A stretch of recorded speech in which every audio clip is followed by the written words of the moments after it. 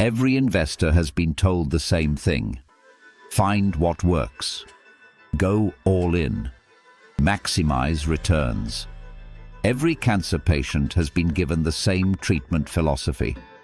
Hit the tumor with maximum tolerable dose. Kill every cancer cell. Leave nothing behind. Both strategies sound logical. Both strategies fail for the same mathematical reason. Maximum force destroys the diversity that was keeping the system stable. This is the lesson of adaptive therapy, and it will change how you think about portfolio rebalancing forever. In traditional oncology, the goal is simple. Give the highest dose the patient can tolerate. Shrink the tumor to 0 on the scan. Declare remission. This is called maximum tolerated dose therapy, and for decades it was the only approach. But a mathematical oncologist named Robert Gatenby asked a dangerous question. What if trying to kill every cancer cell is exactly what causes the cancer to come back? Here is his reasoning. Inside every tumor, there are two populations: sensitive cells that the drug can kill, and resistant cells that the drug cannot kill. Before treatment, the sensitive cells dominate. They outnumber the resistant cells by a factor of 1,000 to 1. And here is the critical detail. The sensitive cells are competing with the resistant cells for the same resources: oxygen, glucose, space. The sensitive cells are winning that competition because they are better adapted to the normal tumor microenvironment. Resistance has a cost. The molecular machinery that makes a cell resistant also makes it less efficient at normal growth.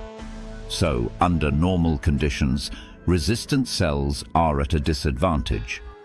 The sensitive cells suppress them through ecological competition. Now apply maximum dose therapy. You kill 99.9% of the sensitive cells. The competition disappears. The resistant cells no longer have anyone competing for their resources. They expand freely into the empty space. Within months, the entire tumor is resistant. You did not just fail to cure the cancer. You accelerated the very outcome you were trying to prevent. This is competitive release. The same phenomenon exists in ecology. Remove the dominant predator from an ecosystem and the prey population explodes. Remove the dominant competitor from a market and the weaker player takes over. Remove the sensitive cells from a tumor and the resistant cells fill the vacuum. Maximum force created maximum fragility. Now here is what Gatenby proposed instead. Adaptive therapy. Do not try to eliminate the tumor. Manage it. Give enough drug to shrink the tumor and reduce the disease burden. But not so much that you wipe out the sensitive population entirely. Keep some sensitive cells alive on purpose. Those surviving sensitive cells continue to compete with the resistant cells. They suppress the resistant population through resource competition. The tumor stays small. The resistance stays contained. The patient stays stable. Not cured, but alive, functional, stable, for years instead of months. The clinical results have been remarkable. In metastatic prostate cancer trials, adaptive therapy patients maintained stable disease for more than twice as long as patients receiving maximum dose. They used less drug. They had fewer side effects. And their tumors remained structurally diverse instead of collapsing into resistant monocultures. Now translate this to your portfolio. Maximum force in investing looks like this. You find the strategy with the highest recent returns. You concentrate your portfolio into that strategy. You eliminate positions in underperforming asset classes. You go all in on what is working. This is the investment equivalent of maximum tolerated dose, and it fails for the same reason. When you eliminate the underperforming positions, you eliminate the structural diversity that was protecting your portfolio. Those underperforming positions were not dead weight. They were your sensitive cells. They were providing ecological competition against the dominant strategy. They were keeping your portfolio's correlation structure healthy. They were maintaining the cluster separation that makes diversification real. When you remove them, your portfolio becomes a monoculture. Everything is correlated. The Fiedler value climbs. And when the regime shifts, everything falls together. Adaptive portfolio management works differently. You do not chase maximum returns. You maintain structural diversity. When one cluster outperforms, you rebalance back toward your target weights. Not because the underperforming cluster will necessarily recover, but because the act of maintaining diversity is what keeps the system resilient. You are managing the geometry of your portfolio, not the returns. Here is the specific protocol. Step 1.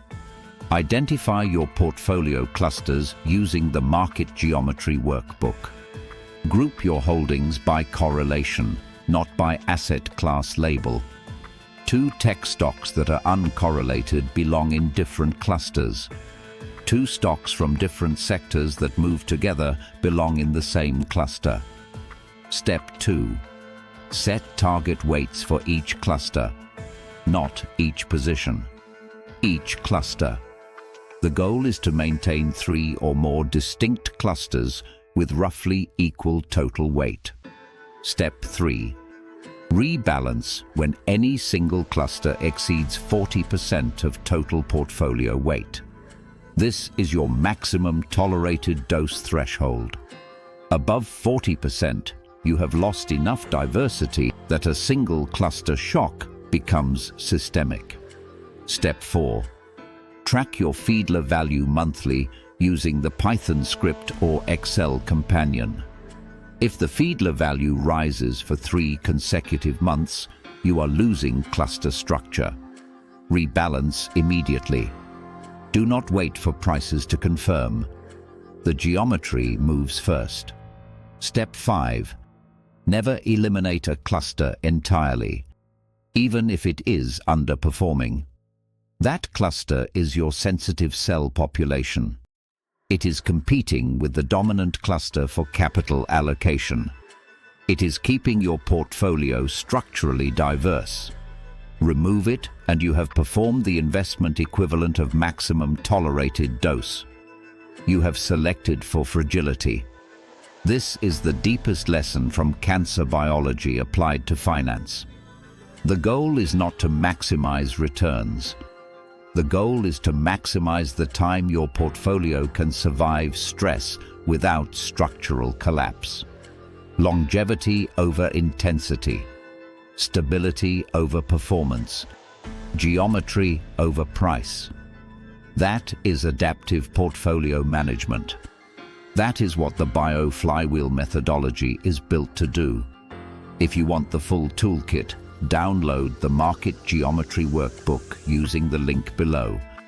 It includes the cluster identification worksheets, the 12-month Fiedler tracker, and the Python script that computes everything automatically from real market data. And if you are watching this series for the first time, start from video 1 and work forward. Each video builds on the last. Video 1.